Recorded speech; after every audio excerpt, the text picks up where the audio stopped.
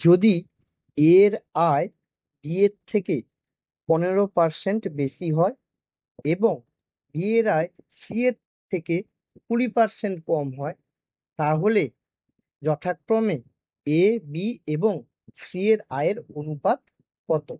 প্রশ্নটি 2021 সালে RRB NTPC পরীক্ষায় এসেছিল। তাহলে আমাদের বলেছে কি, এ এর আয় বি এর থেকে 15% বেশি, বি এর আয় সি এর থেকে 20% কম। আমরা ধরি সি এর আয়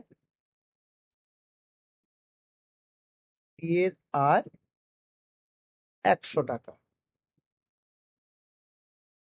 সি এর আয়টা আমরা 100 টাকা ধরে নিলাম। তাহলে বি এর আয় কত হবে?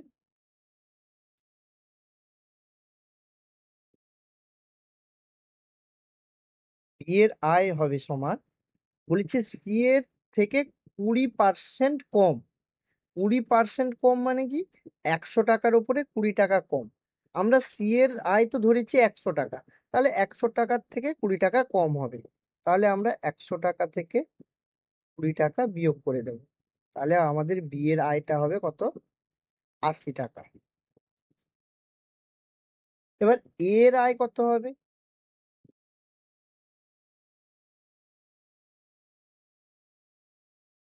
এর এর আয় কত পাবো? এর আয় পাবো, বলেছে বি এর থেকে 15% বেশি। বি এর আয় কত? 80 টাকা।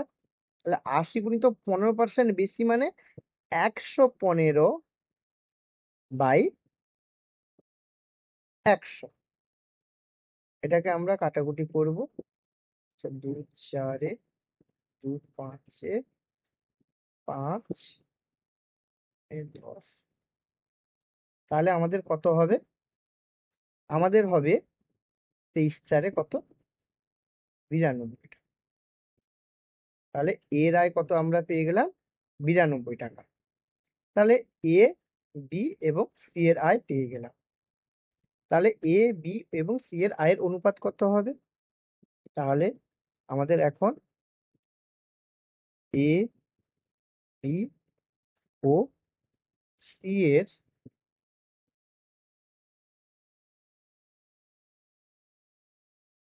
আয়ের অনুপাত কত হবে? সমান, আচ্ছা, এ এর কত? 92 টু বি এর কত? 80 টু সি এর কত? 100। এটাকে আমরা 4 দ্বারা কাটাকুটি করব। 4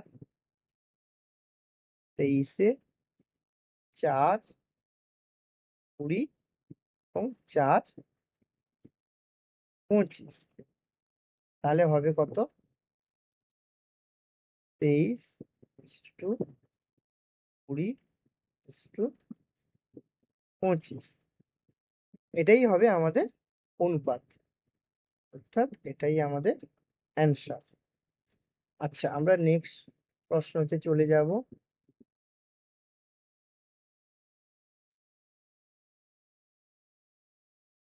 আচ্ছা, পরের প্রশ্নটা আমাদের কি বলেছে?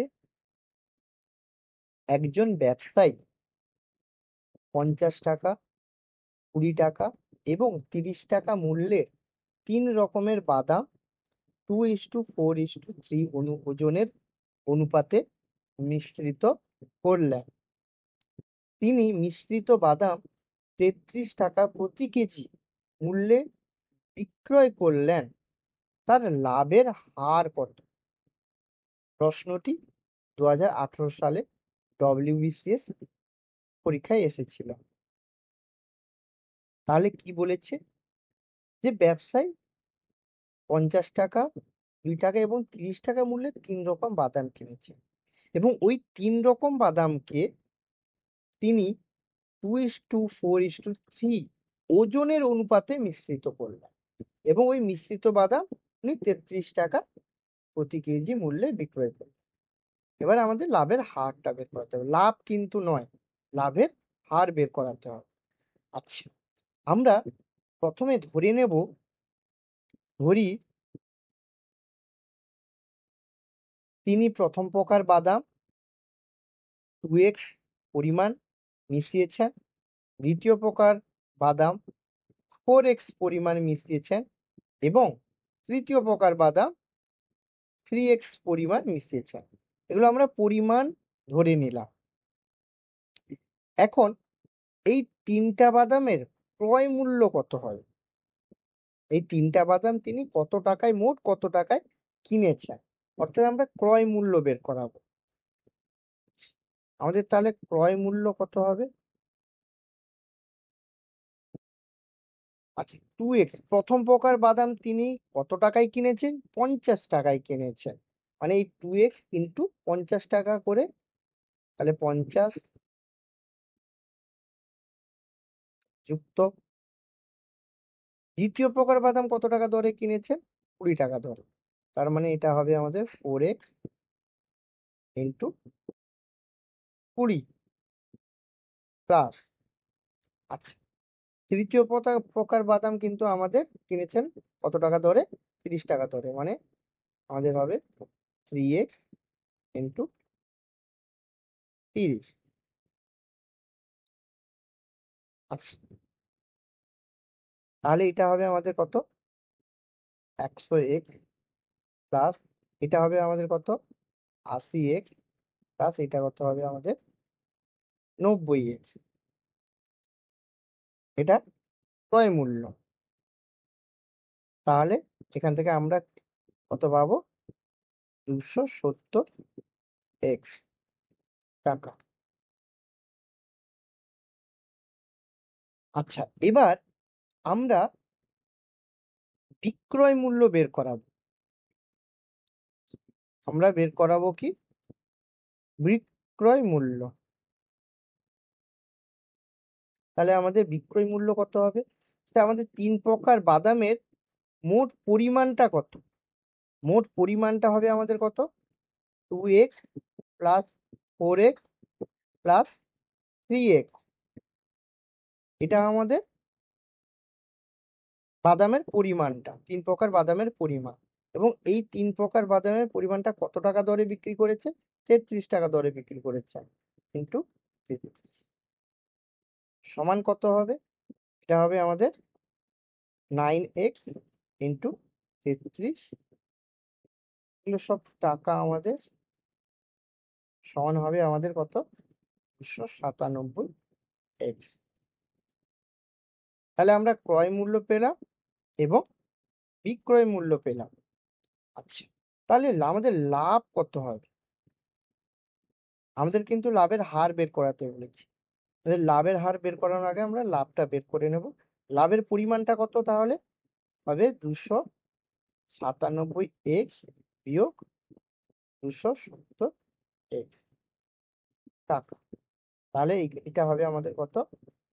27x টাকা। তাহলে লাভটা আমরা কত পেলাম? 27x টাকা। এবার আমরা কি করব? এবার আমরা করব কি? আমাদের বের করাতে বলেছে লাভের হার। তাহলে আমাদের লাভের হারটা কত হবে? আচ্ছা, লাভের হার কিন্তু আমরা সবসময় ক্রয় মূল্যের ওপরে বের করাবো। লাভের হারটা কিন্তু আমাদের সাধারণত ক্রয় মূল্যের উপরই বেরোয়। তাহলে লাভ কত হয়েছে আমাদের? 27x টাকা। ক্রয় মূল্য কত? 270x টাকা। আর যেহেতু আমাদের 100 দ্বারা গুণ করতে হয়, যেহেতু হার বের করাতে বলেছে লাভের, তাহলে আমাদের এটা কত হবে? আচ্ছা, আমরা 0 0 কেটে দেব।